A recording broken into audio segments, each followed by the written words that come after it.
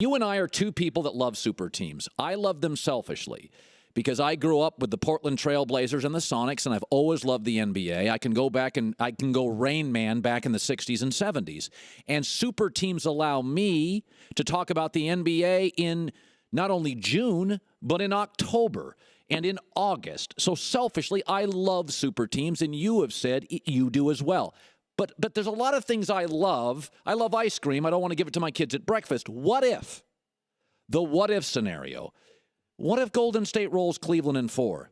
Would you even drive home saying, we got a little problem here, an imbalance? Well, if that were the case, we'd have an imbalance. But let me just step back because I think there's a connotation around super teams that they didn't come together endemically, that they're not, somehow that's a comment not about the quality of the team, but about the way they were formed. And I think that where that term grew up in the NBA around the players aggregating their talents, talking in the offseason, saying, all right, let's all agree, we're going to become free agents and we're going to go to the following team. And I think we pretty much put an end to that. What you have in Golden State, I mean, first of all, by any standard, you had a super team. The most winningest team in NBA history was 73 games last year. A team that was formed, in essence, through the draft and a few trades. Yeah. And without even a top draft pick. I mean, Steph was, I think, was 7th. Right. And so to me, that team didn't deserve, well, it was probably one of the great, by definition, in terms of its record, one of the greatest teams in NBA history, missed, of course, winning the championship by 4 points in Game 7. But in my view, that certainly was a team that was super. I think then the super team connotation comes. Then you have this probably unique circumstance where Kevin Durant is a free agent and decides to join that team, and that team has cap room. They're not even in the tax, and they're able to add that team because our cap, in essence, spiked that year and had a lot of room. So I love a team like that. To me, it demonstrates its excellence, and it's something that other teams strive for. And to your point about the greater impact of sports, I mean, it's something that we all marvel at and love excellence. To me, it's something that a team that inspires people around the world. We had this past season, we're going to have close to 1 billion people are going to have followed the NBA, either watching telecasts or through social media. And I think it's inspirational to see people plying their trade at the absolute highest level. And I think the same thing about LeBron in Cleveland. And so, like I've said it before, I think we should be celebrating excellence. I don't think we should be sitting around and saying, how can we take down excellence? And then the issue, and Kevin Durant made this point the other day, and I was the first to say when he went to Golden State last summer, that our system was designed to incentivize teams to stay with their own team. Right.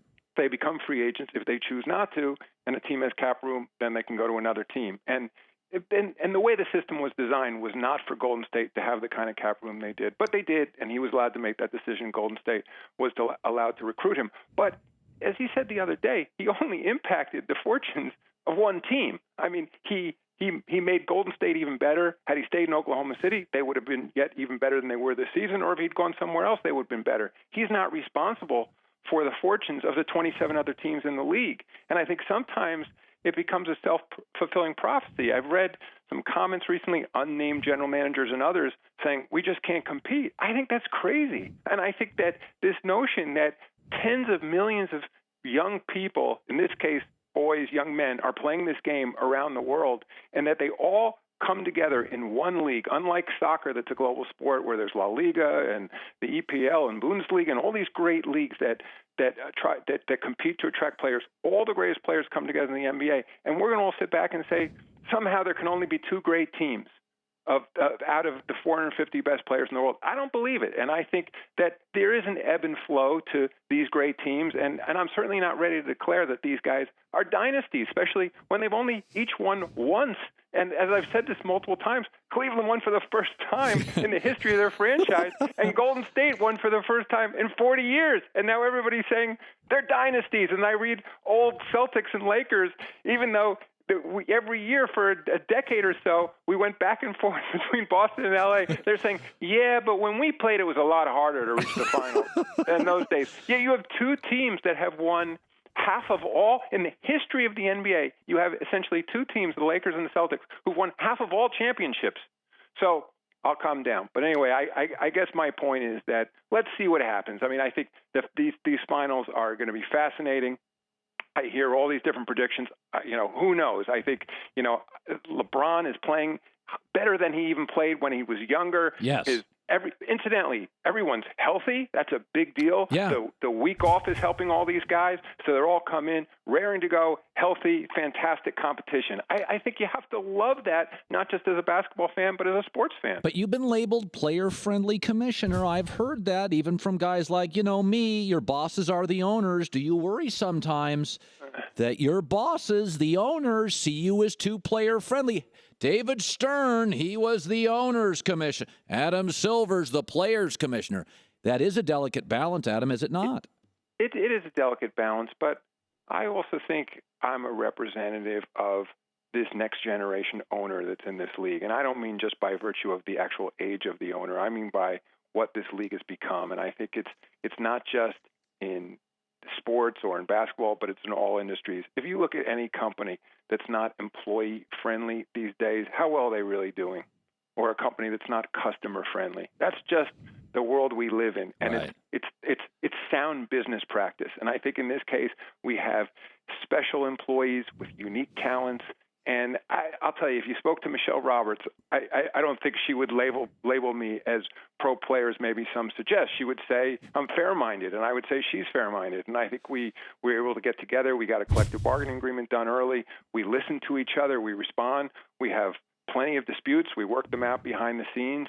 But ultimately, I don't want to run from it. I mean, I'd like people to think I'm pro-league, I'm pro-fan. And again, I think what our players do is special. I love the fact that in this league you have not just Michael Jordan, obviously former player who is now an owner. You have David Robinson owning a piece of a team. You have Shaq owns a piece of Sacramento. Grant Hill just bought a very significant piece of the Atlanta Hawks. I mean, what else could you ask for? Penny Hardaway owns a piece of Memphis, which a lot of people don't know. So you have former players, not just in management positions, but in ownership positions. And it's this sort of full life cycle. And so even if you if you now talk to those former players who are now in management, I mean, they want to do fair deals, but they don't want to give away their money to the players. They want to strike balanced relationships. But I don't think that's unique to sports. I'd like to think that would be the case in most industries. Adam Silver, NBA commish. I'm going to propose two things. I'm thick-skinned, fire away, and tell me I'm ridiculous. Number one, the one thing I think is a charade is one and done. Many of the most dynamic players in this league and most responsible did not go to college. Kevin Garnett and LeBron James have been role models not only as players, but as people in many instances. Why not expand your D-League, make it the European style, start at 16 years old, end the charade of college basketball one and done? There are certain instances in America, kids are not interested in college. Why not do them a favor? To me, I'm just going to suggest the D-League gets expanded. I think Europe's figured it out. Is that outrageous? Well, first I have to get in a quick promotion for Gatorade because our D-League is about to officially become the G League or the Gatorade League. Okay, all right, so there you go. I'll give you one of those. In this new Gatorade League, may surprise you, but I'm rethinking our position. So our historical position since we raised the age from 18 to 19 was that we want to go from 19 to 20, and the union's position is they want to go from 19 to 18. And in the last round of collective bargaining, Michelle Roberts and I both agreed, let's get through these core economic issues in terms of renewing the collective bargaining agreement and then turn back to this age issue because it's one that I think we need to be more thoughtful on and not just be in an adversarial position sort of under the bright lights of collective bargaining. And so I'll take your point one step further.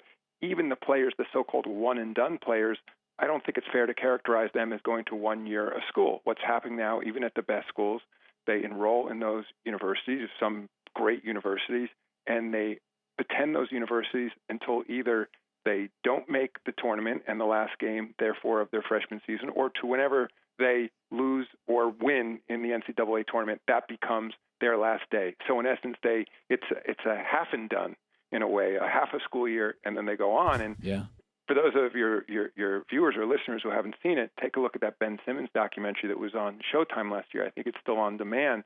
And I don't blame him. He seems like, I don't know him well, but he seems like a bright young man. He has a crew following him around LSU his freshman year, and it's not LSU's fault either. He's essentially saying, why am I here? I don't even want to be here. I'm forced to be here. Yep. His team didn't even make the tournament, and he was still the first pick in the NBA draft. And I think, so we do have to rethink at this point, because now, selfishly, while I love college basketball, and I'm a huge fan of college basketball, I worry about potential stunted development in one of the most important years in these players' careers, because the coaches at college don't have the same control they used to, because these guys know they're out of there. And it's amazing. There's very little movement. If you look at the draft projections for these players going into their first year in college, same as the draft. It holds fairly true. I mean, maybe there's a little bit of movement, but these young men, they're followed so closely from the time they're 13 or 14 on. They're at the major shoe companies' summer camps. They're being watched closely by the league, by the college scouts. And so when they get to that point, now they're in a unique position. Talk about resting in the NBA. So all of a sudden now they realize, even though they can buy insurance, their biggest concern is, unfortunately, becomes not whether they win the NCAA tournament, but whether they drop in the NBA draft. Right. So then they have to be worried about how their skills are showcased, how many minutes they get, whether they get injured. And so it's not a great dynamic. No, it's bad. It's not. And you're clearly considering what I'm suggesting, which is let's end the charade. And again, one more just piece of data. So when I think it was roughly in 2006 when we went from 18 to 19 as the minimum age, that next year we had 2 so-called one-and-done players come into the league. 2 players came out of 1 year of college. This year it's projected that we're going to have 20 one-and-done players. And remember, in our 2-round draft, it's only 60 draft picks.